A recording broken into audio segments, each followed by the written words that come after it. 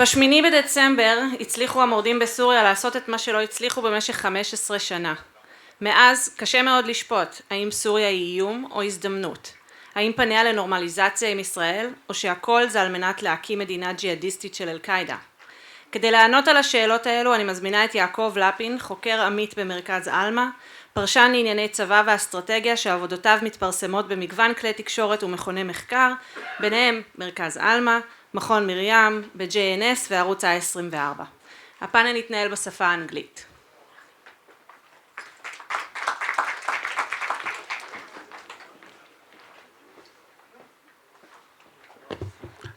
Thank you very much. Thank you everybody for coming to this very important conference. Last year, we could hear the explosions of artillery, IDF artillery, targeting Hezbollah, and now we're here in the north, a quiet north, and that's good news. That's definitely good news for everybody living here.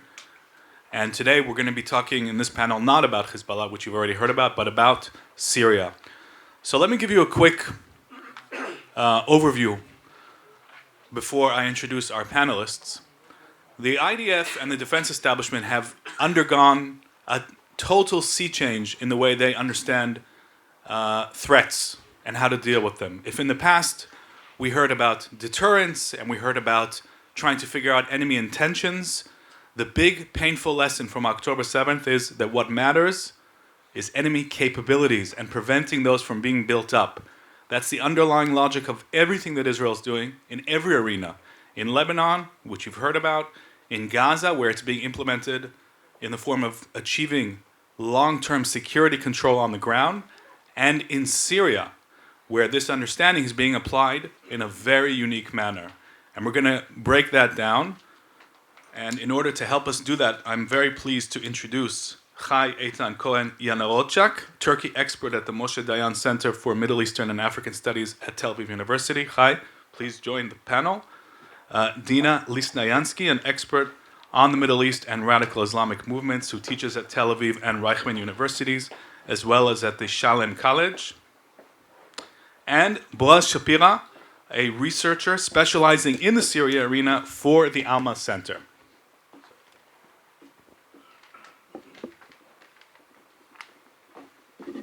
Okay, and this is going to be different from the previous format. We're going to be seated, and hopefully we'll have a few questions at the end from the audience. We'll see how the time goes.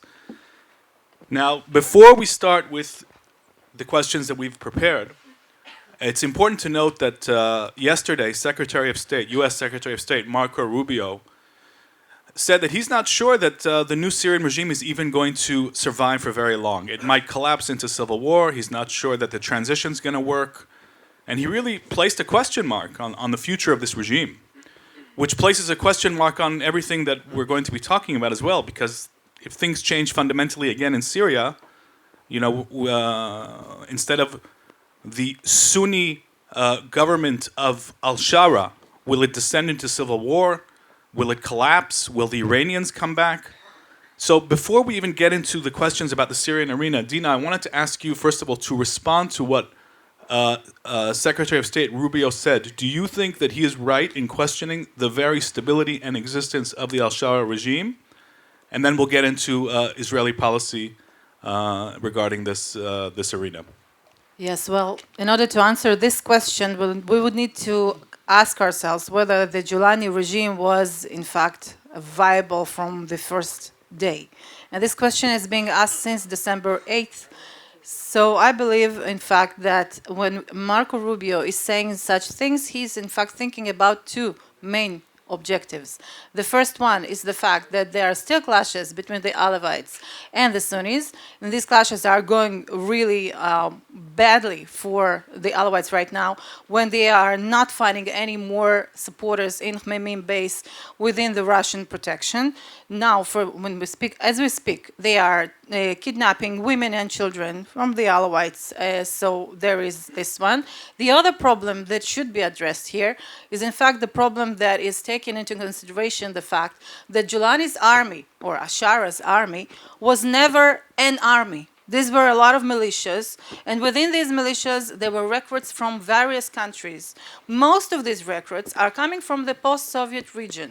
Now, this post-Soviet region that I'm speaking about is, in fact, the Muslim part of the post-Soviet region, which was badly radicalized. Many of these recruits, they went through ISIS or Al-Qaeda affiliation before they, in fact, were recruited to Giuliani's forces. By the way, the party that recruited them was, in fact, Turkey. And this is something that we will discuss during this panel as well, I believe. So what is happening now is that parts of these militias within Giuliani's army are joining ISIS again because they are not content with the way that Giuliani is leading this specific diplomatic effort to take Syria forward to a pro-Western regime. This is how they perceive it. They're saying, you were chosen, he was not elected, but you were chosen to be our leader in order to bring Sharia to Syria, to make Syria great again in terms of Islam, in terms of a caliphate. But what are you doing with this ticket that we gave you, with this mandate? You're basically selling us. You're selling Sharia, you're selling Islam. This is a very serious accusation that I'm hearing it in a lot of channels of this specific records in a variety of languages. So Right. I believe that when Rubio is talking about this specific problem, he addresses to these two objectives. Okay, thank you very much for that. Now, you know, in the past, we got used to seeing the Assad regime and its backer, Iran, and we got very used to the idea that the Iranians were setting up a Shiite axis on Syrian soil with tens of thousands of Shiite militia members and smuggling missiles into Syria, where they were stationed and pointed at Israel, and also some of them were smuggled onto Hezbollah in Lebanon. In other words, Syria was the core, the bridge between Iran and the Mediterranean, between Iran and Lebanon. It was in many ways the heart of the regional Iranian Shiite takeover attempt. And now all of that is gone. We have experienced a revolution, and the Sunnis have taken control. And many of them, as we've just heard, are Islamists. And of course, Shara himself, former Al-Qaeda member and Jabhat al-Nusra leader, now he says he's somebody else. But just like Iran in the past was the dominant power in Syria, the fear amongst many in Israel today is that Turkey may become the dominant external power in Syria today and tomorrow. Instead of the Shiite Iranian agenda, we could be facing the Sunni Islamist Turkey agenda in Syria. And so my question, Chai, for you is, what do you think Turkey actually wants in Syria? And to what extent should Israel be concerned about this agenda? And also, if you can address a related question, does Trump understand the danger? Because he seems to be pretty good friends with Erdogan, President Erdogan of Turkey. Okay. First of all, thank you very much for having me on this distinguished forum. And let me answer you in Trump's language. Please be reasonable. Okay? We all witnessed in the Oval Office that Donald Trump is focusing on his immediate interests. When we compare the relationship between the Turkish president Recep Tayyip Erdogan and Donald Trump's previous term, we can basically understand that there is a huge difference. In his previous term, President Erdogan did not hold a card called Syria. In his previous term, President Trump imposed 5 different sanction regimes against Turkey, and he punished Turkey severely. Their relationship was very awful. But now, after we have seen the Syrian revolution, everything has changed, and Erdogan is very much aware of the value of the card that he is holding. And he is telling the President of the United States, if you would like to penetrate into Syria, if you would like to make money from this reconstruction of Syria, so why shouldn't we collaborate together? Okay, when we are looking at history, after the collapse of the Ottoman Empire, the Syrian territory, we all know that, was ruled by the French Mandate. After the French Mandate, it was the Syrian Republic, which was the satellite state of the Soviet Union, and then Russia and Iran. So, in other words, Erdogan is trying to turn Syria into its factory settings. From his point of view, the domination of Sunni Islam, which was brought to the region by the Ottoman Turks, thanks to the war of 1516, war in Mercidabık, by Selim I, Selim the Ferocious, against the Mamluks. So he wants to revive the Ottoman influence. And since he sees himself as the grandchild of the sultans, and you already mentioned the caliphate, I would like to remind you that the Turks got the caliphate from the Arabs with the War of Ridania in 1517 when they conquered Cairo. So from the Turkish perspective, they are the true owners of the land, and this is the main distinction point between the Russians and the Turks. Mm-hmm. While the Russians regarded Syria as a satellite state with no emotions towards it, the Turks are looking at Syria as their own territory. I would like to quote Mr. Erdogan. He said, if the First World War ended in a different direction, then all of the provinces like Idlib, Aleppo, Damascus, they would be all regarded as Turkish provinces. And just after, he already said that this province thing, right?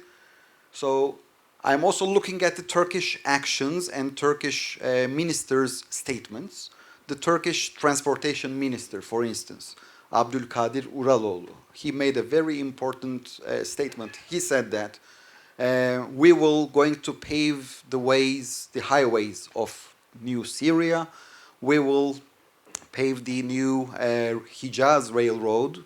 For those who are not familiar, Hijaz Railroad originated from Istanbul to Damascus to Mecca and Medina, right? And he's talking about, providing radars, technological equipment to the airports, providing infrastructure for the mobile telephone technology, etc. They are talking as if Syria is an extension of the new Turkey. I mean, this new Turkish so-called Neo-Ottoman undeclared empire. Yep. Okay? So, long story short, Erdogan's big game is to revive this Ottoman influence in Syria, but he is not only using his soft power, he is also intending to inaugurate their new army bases.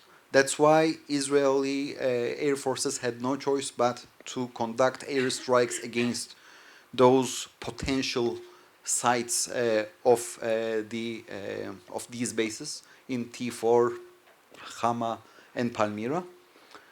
So we'll see. So because of the time constraints, I would like to respect also other speakers. No problem. Just in a sentence, do you think that if Turkey gets its way, we will be facing a new threat that's similar, at least in scope, to the threat we faced from the Shiite axis in Syria? Will we face the same kind of threat, but from the Sunni side going forward? I think Turkey is much more complicated than Iran. It's a more complicated actor. Turkey today is enjoying an kind of a legitimacy armor that Iran never enjoyed. Turkey is a so-called member of NATO, an ally of the United States. So from the Israeli perspective, we cannot use these cards against Turkey because they are neutralizing everything. Okay, and there is a lack of hostilities as well. So the thing is, unfortunately, last October, in the Turkish parliament, there was a closed session the protocols of this closed session will be made public only after 10 years. But the subject of the closed session was Israel as a national security threat against Turkey.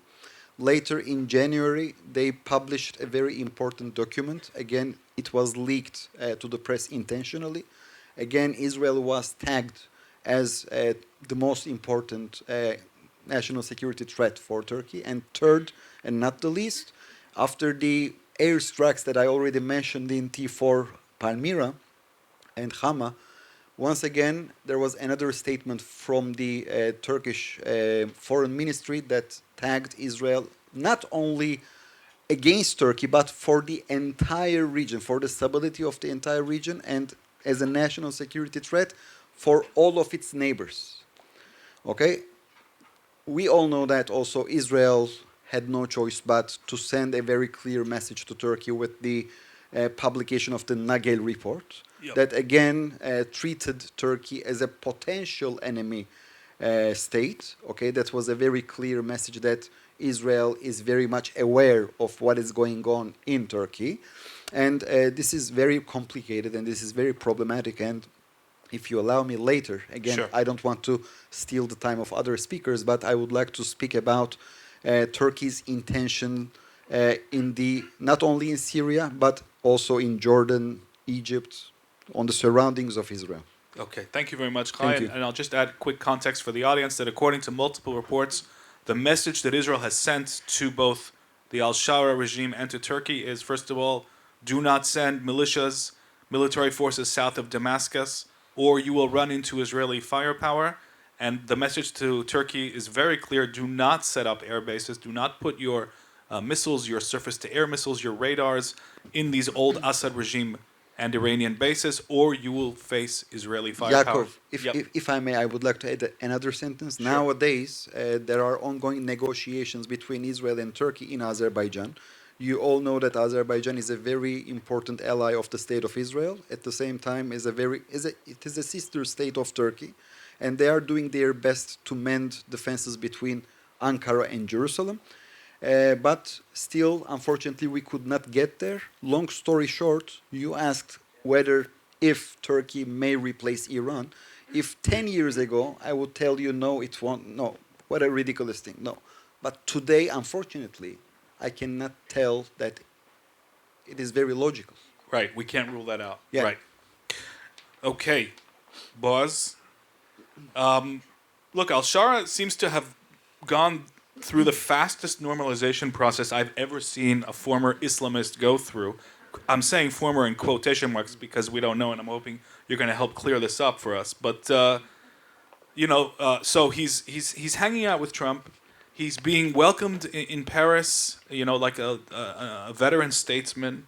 This is, again, let's stress, this is somebody who was an Al-Qaeda commander in Syria just a few years ago, being welcomed in Paris, being welcomed to Saudi Arabia, meeting with the U.S. president, in many, many ways, surreal, absolutely surreal scenes. And Israel continues to see him as a threat, unlike the West.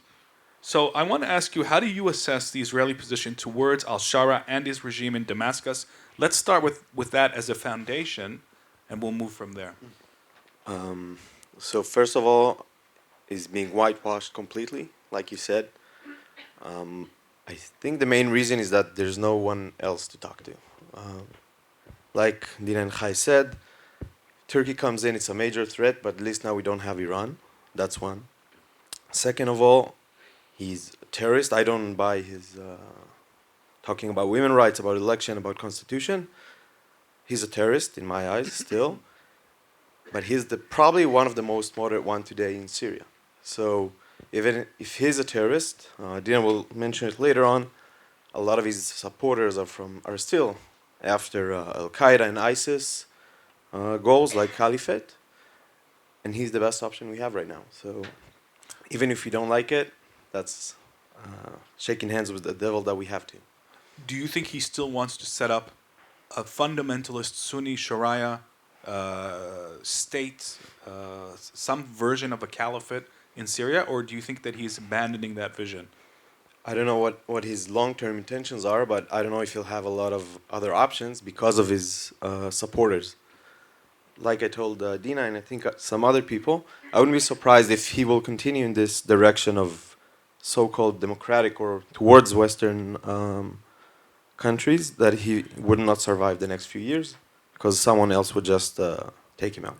So even if he does start to moderate, so you would say that would actually put him in danger from the forces that he apparently commands. They could rebel against him. By the way, that ties in directly to Marco Rubio's warning that whatever happens, the fundamentalists are not going to disappear Exactly. from Syria. That already happens. Right.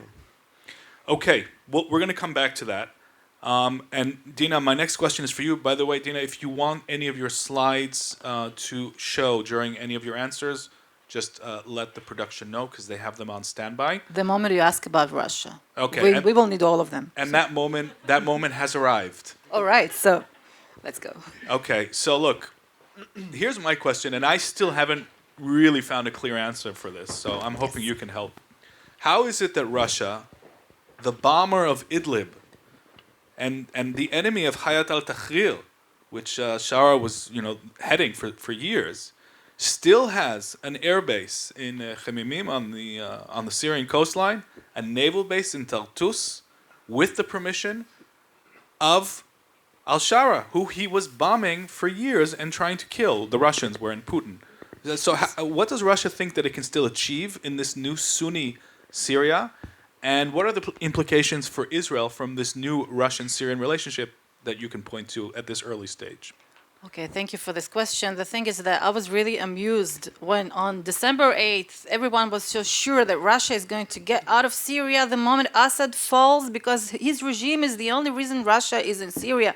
So that is a huge misconception. The thing is that Russia has 4 narratives that it pushes very virally through social media for ages, even before social media existed, okay? So they were pushing these 4 narratives regarding its connection to Syria, and here, I will be fighting you over this because you said that Russia has nothing to do with Syria, but it has a lot to do with it. The thing is, of course, not like Ottoman Empire. The thing is that we do have an understanding that Putin is saying that Syria is Russia's so-called southern border because it is only 800 kilometers from Russia, and in Russian terms, you should understand that we are speaking home, okay, near the Kremlin.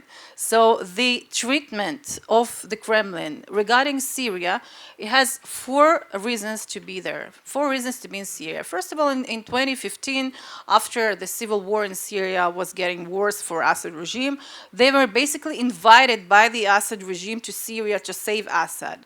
Now, they have a Russia, and before that's the Soviet Union, and before that, the Russian Empire. They have historic connections with Syria.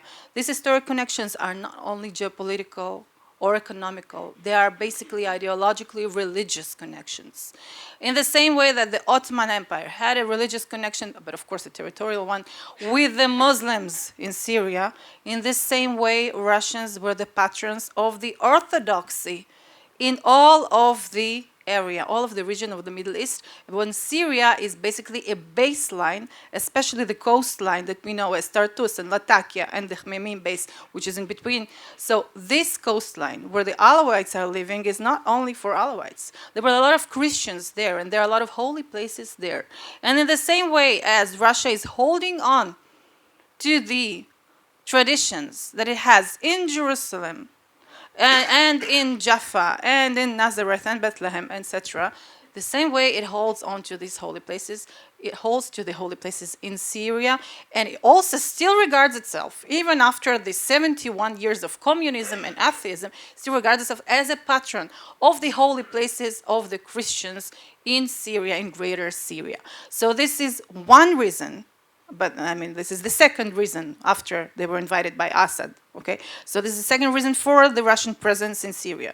The third one is, actually I wrote it here, I quoted the Minister of Foreign Affairs, Lavrov, when in 2016 he said that the West sets chaos and Russia saves lives. This is why Russia is basically in the Middle East, in Syria. And here you can see a cartoon that it depicted, it's just pictures at all. You can see the Russian bear who brings justice to the area, while who are these 3 that are hiding behind the rock? We have ISIS, we have basically Giuliani with his Hayat Tahrir al-Sham, which is the new Jabhat al-Nusra or Al-Qaeda in Syria. So, and in between, who is this there? The CIA, thank you. Why the CIA? What is the CIA doing there? So basically, the fact is that the Russians remember very well the Afghan war when the CIA created who? Taliban. Al-Qaeda. Okay, Al-Qaeda. So when they were given a lot of money to the Taliban, and then basically after that, Abdullah Azzam, I'm sorry if you don't know him, but it's okay, because it's part of the region's history, of course, he was actually creating Al-Qaeda on CIA's money. At least this is the Russian narrative. And this is why the Russians are here. This is why they're in Syria, and this is why they're not going to give up so quickly. And I would like to show you the next slide where we can see that very, very quickly, on December 12th, 4 days after they rescued Assad, we can see that Putin and Shapira are having negotiations through Erdogan because, of course, Erdogan is the link that connects between the two. And, of course, Erdogan is the one who is standing behind this specific change in Syria. Everyone knows that. And Russians are using this. And the fact that they didn't support Assad's regime in Syria for a decade longer is only due to the fact that they were already saving his regime for a decade, and they were fed up with this. Also, they don't have enough resources to throw also on the war in Ukraine and on the war in Syria for such a long period of time. So it was a pragmatic step for them to stop supporting Assad and now start supporting whatever regime that will come. They didn't care if it was Giuliani, they wouldn't care if it would be ISIS.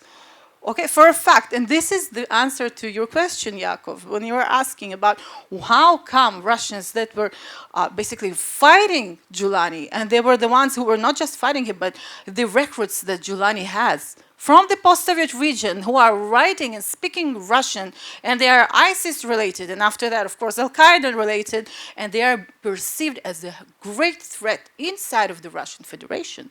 How come Putin is still coming and giving his hand to not only Erdogan, but also to Giuliani? The reason is pragmatic, because the Russians, they do not want to move from Syria. Now, they had to move some of their aircrafts. They needed to move some of their naval, they had to, well, at least forces, to Libya, because this is the next base for the Russian presence in the Middle East and North Africa, in the MENA region. But they still have a lot that they have left in Syria, and they are not intending to go anywhere. And I have, of course, I'm not just saying this, I have an evidence for that, and this is on our third slide. Thank you so much. Here we can see that Giuliani is meeting with Putin's right hand, basically, in Syria, in Damascus, who came to greet him, and he was one of the first diplomatic persons that came to greet Giuliani when he became president. So we can see that this connection is not only mutual, it is also a strategic connection. It is not an ideological connection. All of the narratives that I've mentioned before, they were narratives to the Russian Empire through the Soviet Union that had a huge military presence here in the Middle East. Most of the wars that were waged against Israel in the in this region, either on the Syrian side or in the Egyptian side, from the Egyptian side, they were orchestrated by the Soviet Union. Okay, so now we can see that this specific link, it has three heads. The historic one, which is the Russian Empire, the second one, which is the Soviet Union, and this new one, which is Putin, who is using Syria as his main military base in the Middle East, and he will not cease to do so. Dina, that's a fantastic explanation of what Russia is still doing there. The only thing I'd be interested in knowing is, why is al-Shara going along with this? Why is al-Shara going? Along with this. Why is he cooperating? From the same reason he is cooperating right now with President Trump, for the same reason he is cooperating with any country that will go forward and give him any reason to, to go and become a legitimate leader, because he has only one goal for now. He needs to be pragmatic to, I said it at first, to make Syria great again, because he has only one chance to do so. Now, he decided he would do so through economical ties and political ties. So now he will even go for a normalization with Israel. This is even beyond everything that we thought about, because to give your hand to Putin is one thing, but to give your hand to Israel is a whole other kind of, let's say, traitory in the eyes of his followers. So we should understand that this specific person right now is going pragmatic, not because he's not an ideological Islamist, he is, but he wants to make Syria stronger before he goes for the next step, which is, of course, the caliphate. Because I would like just to emphasize in this last phrase the fact that if ISIS were in a hurry to create a caliphate in Damascus, okay, and basically we're not talking about Damascus, Damascus is a symbol, right? In Syria and Iraq, because the Umayyad and the Abbasid caliphates were in this region specifically, they needed this specific symbol. But the thing is that what Giuliani did was smarter. He was not in a hurry. He decided to, at first, win the hearts of the world, and after that, to make this territory, a real Islamic territory under the laws of the Sharia. He's not saying he won't do that. He is only playing a two-faced game. This is double talk. And this has a lot to do with a lot of the traditions that we see within Islamist leaders. And I don't have to go, to a very far-away history. We have the example of the Taliban in Afghanistan. On August 2021, after the US withdrawn its troops from Herat and after that from, of course, Kandahar, etc., they are basically entering all these cities and reestablishing a new Islamic state. And at first they say, the new Taliban is not the old Taliban. It's okay. We will not be repressing women's rights. What is happening now? Are there any schools for girls today in Afghanistan? This is a new thing, right? No, it's just more of the same. But they did what they needed to do in order to be, withdrawn from the blacklists of terrorist organizations in the West, and they almost managed to do so. By the way, Russians are now, they have decided in the last month to take out the Taliban from their blacklist of terrorists. Russians that were fighting the Taliban all their lives. So this is a good example to what is awaited in Syria, unless what we started this panel from at first happens. Right. And Giuliani's army is going to be dissolved, and his regime as well. Right. So that does sound like, actually, in many ways, the classic staged Islamist playbook. Now, in relation to that, Chai, let me ask you briefly, when al-Shara took power, the first two countries that seem to be most eager to help him out is, of course, Turkey, we talked about that, and also Qatar, which, by coincidence or not, are the main state supporters current of Hamas as well in the Sunni Arab world. I'm not talking about Iran right now, which is, of course, also a supporter of Hamas. But my question is, what extent do you think Qatar is going to or wants to play in this vision of an Islamist Syria? And is it dividing roles up with Turkey? Is Turkey going to supply the weapons to this new al-Shara army and the infrastructure, and Qatar will do what? Provide the funding? How do you see Qatar fitting in here? Okay. First of all, I would like to underline and highlight that these two states, which are fully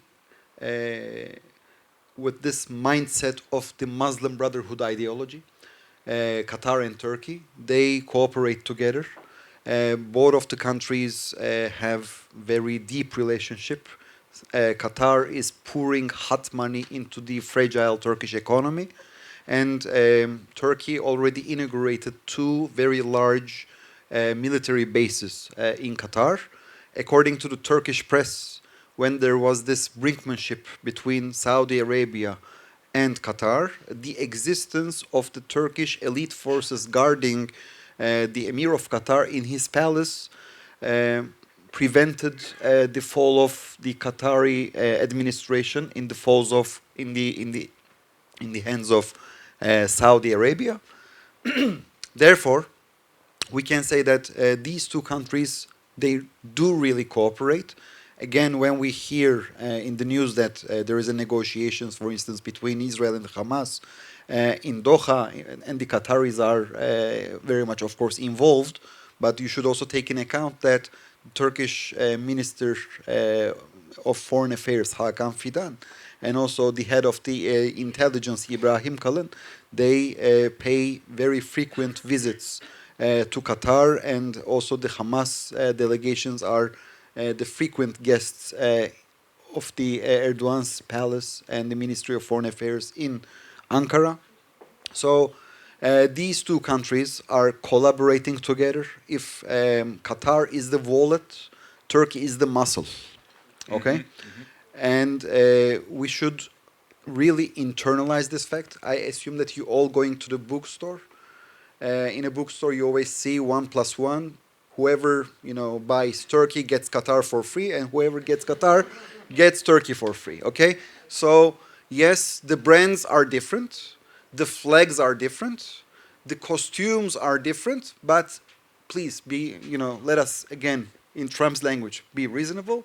They are serving the same interests. They are focusing on the same goal. So when we are looking at Syria, these two countries, Turkey and Qatar, they are the first states that they inaugurated their embassies there.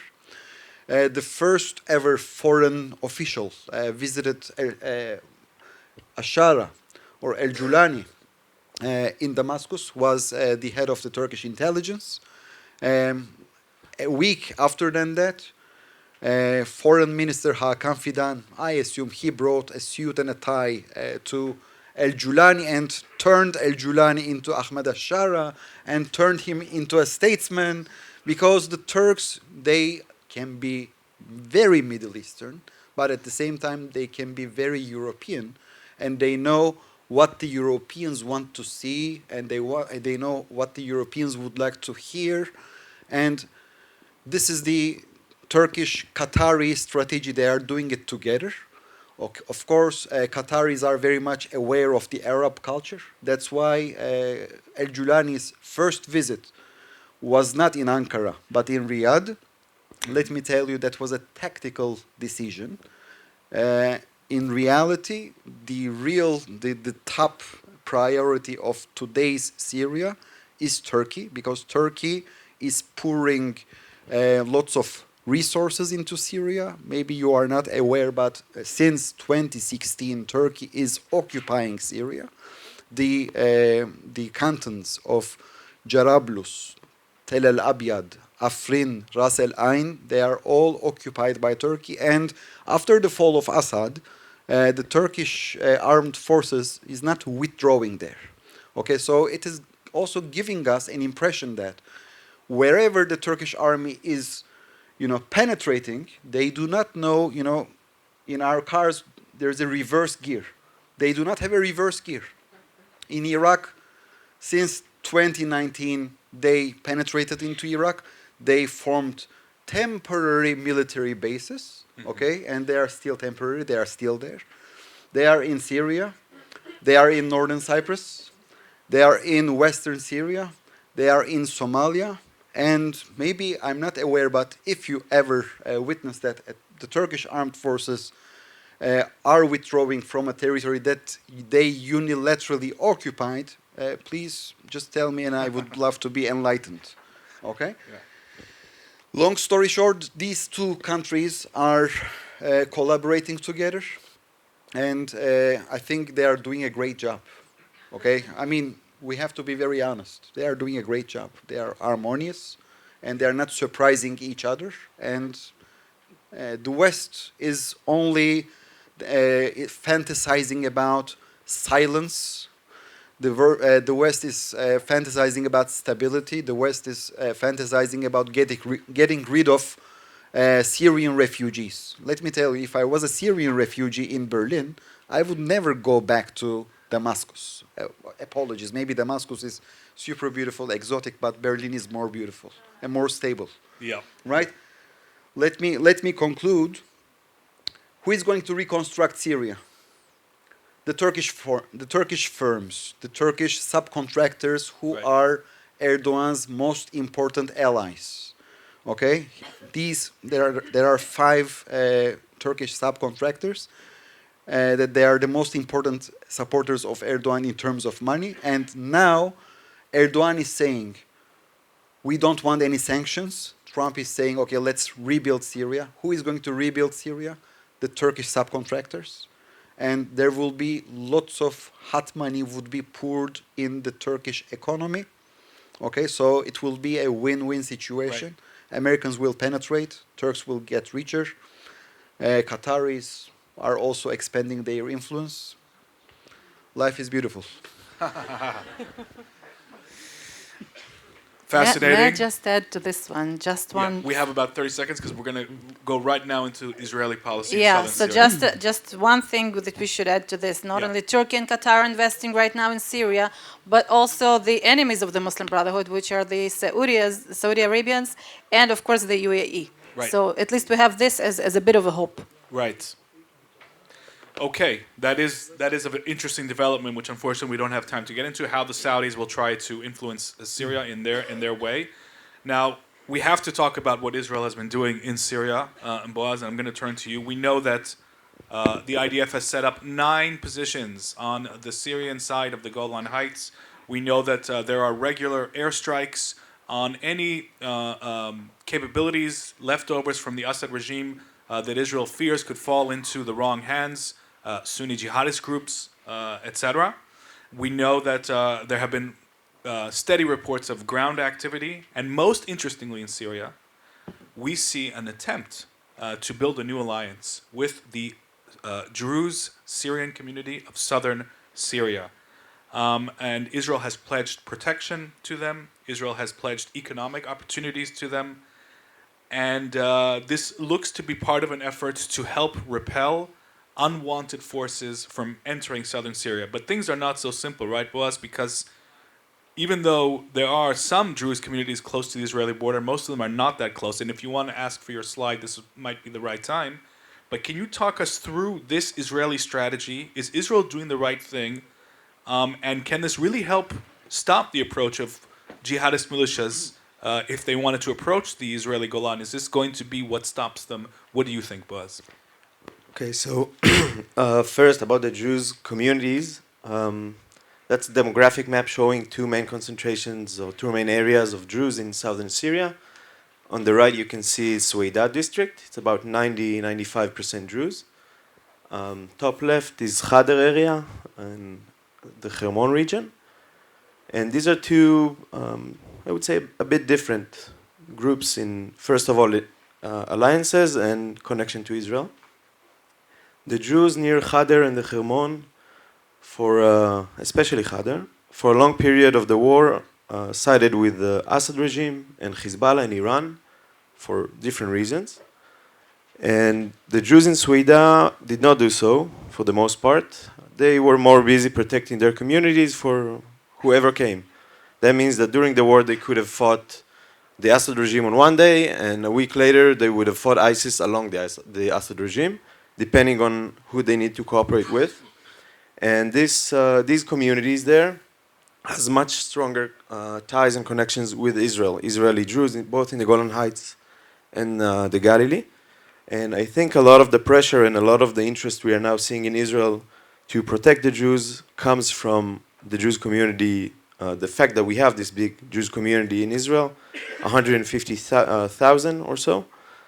And as you can see, it's not that close to Israel. Suweidah is about 50 to 70 kilometers away from the border. So if you're asking if they can be some sort of a proxy or a militia, I'm not sure that's the right answer. Both because of distance, but the other reason is I'm not sure that's right for Israel. It's one thing to put limitations or demands to the new regime, telling him you cannot have forces south of Damascus or you cannot harm the Jews. That's one thing you can debate whether it's acceptable or not. It's another thing to side with one party within Syria, country that might fall into a civil war very shortly. And even if not, I'm not sure there's any threat right now to Jews.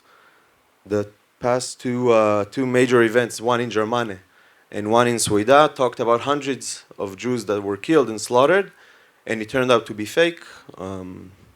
Same thing happened during the civil war in Khader, and it was part of an attempt to draw Israel in. Now let's say we do save the Jews from this threat. How is it going to develop? Let's say we do save them. Would anyone cooperate with them? Will anyone be able to talk with them inside Syria? Would it be looked at as traitors, collaborators, that's one. And if we won't be able to save them, what does it say about Israel?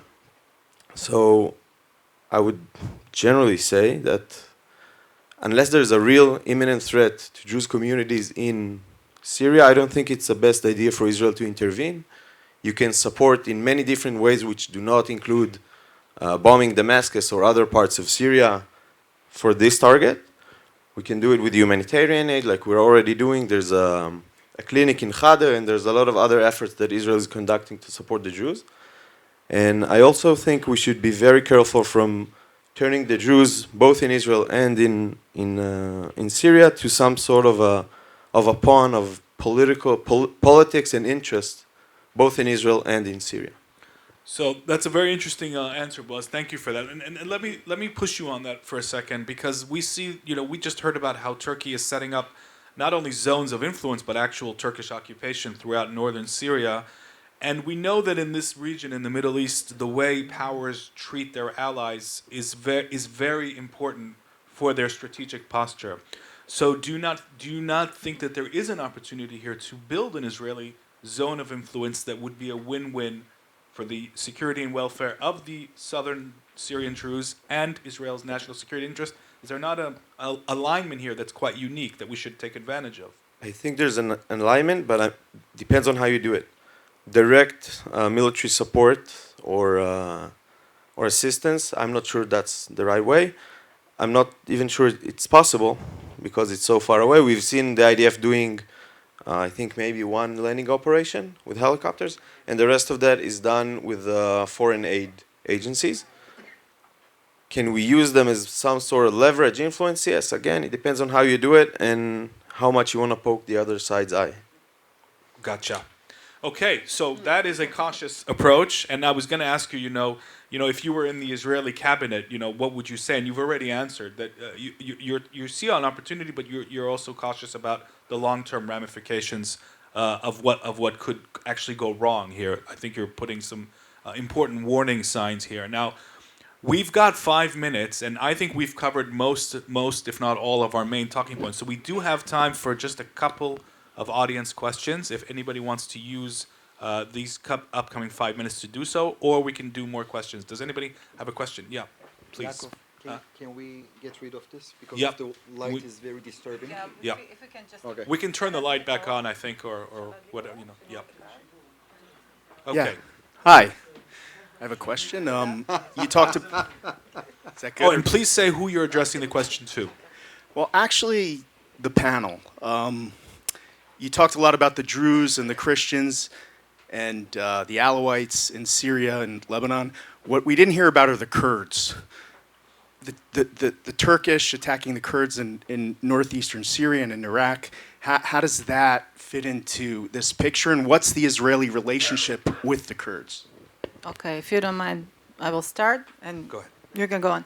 So the Kurds have been, they signed a treaty with Giuliani at some point because they understood they don't have a chance against Turkey, so they needed to be incorporated into the militias or into the army, the new army of Ashara. This is why the Kurds that are on the border with, of course, Iraq, they have signed a treaty, and they are basically turning towards Giuliani now. So I wouldn't say that they don't need Israel. They would really love to be a part of a new alliance with Israel, but the thing is that they understand that they are too far away. The Americans are withdrawing their forces from Syria, so they do not have a partner there. So they needed to survive. They are being pragmatics. So this is my question to you. My answer, I'm sorry, to you. Yeah. Okay. I would just add that I think that the way that the future al-Shara regime, assuming it survives, treats the Kurds, the Alawites, and the Druze is the biggest, most visible litmus test of where this regime is going. And I think we in Israel have a duty of being very vocal about this and making sure that the world sees what's going on with Syria's minorities, who, in my view, they are facing a threat from Islamist and jihadist forces. Whether they're coordinated with al-Shara or not is a different question. So, yeah. Oh, we've got a lot of questions. Okay. Should we get... I'm not controlling where the mic goes, sorry. That's a question to our Turkish friend. Do you Not think anymore, but fine. I was born and raised there, but not Turkish you anymore. talked a lot about geopolitics, Sunni, Shiites. Do you think they all are interested, are looking at the dollars? Do you think the dollars, money, will solve the problem and will make the area more relaxed? Okay, thank you. I think in the short run, yes. In the short run, yes, because I'm looking from the Turkish angle. Turkey poured lots of money, lots of resources into this Syrian war, and now, from their perspective, it is the time that they want to get it back. Okay, they made a huge investment. If it's possible, send back the refugees back to Syria. Will also, of course, improve Erdogan's approval rates at home. Okay, but it's not only that. Turkey is a country which is doing a very long-run strategy. Okay. And in this regard, I think this is not only about the money, but they think even bigger. For instance, now I'm going to speak about what I wanted to tell you before. Last March, the Turkish foreign minister was hosted in Amman, in Jordan, together with the foreign ministers of Lebanon, Syria, and Iraq. These five neighbors of Syria. They initiated a new initiative, a new sort of a nucleus of a new military alliance called the Neighbors of Syria. Apparently, they are saying that it is against the ISIS. In my opinion, ISIS is the fig leaf. This is a new military formation. Again, in my opinion, it is designed to deter the state of Israel in the future. And last Eid al-Fitr, Erdogan also called his Egyptian counterpart Sisi and asked him to make all necessary, updates, to update each other and to behave and to shape their policies together.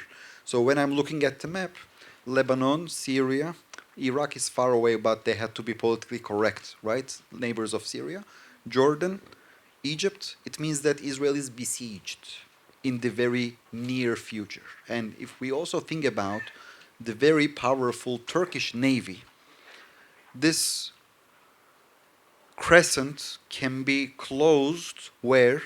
From Libya to Turkey. We all know that there was a maritime delimitation agreement between the government of national accord of Libya and Turkey. The Turkish navy is present there. They are violating the Greek exclusive economic zone.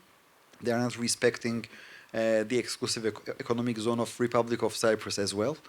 So, in my opinion, in the very short run, yes, they are focusing on money, and for money you need stability and legitimacy. Once they are doing this legitimacy, they are doing this, ring of fire. We always talked about here in Israel about Iran's ring of fire, and Iran did that with illegitimate proxies. Turkey is doing that with super legitimate nation states. This is the Turkish way of doing it, with suits, with ties, and a member of NATO, an ally of the United States. He's a great guy, right? That's what Donald Trump says. He's a great guy. And we have one last question and a very brief answer, and then we'll be out of time. So, yeah. I was wondering if you could speak more about Saudi Arabia's interest in Jolani, particularly with the not-so-friendly ties between Turkey, Qatar, Muslim Brotherhood supporting nations, and Saudi Arabia.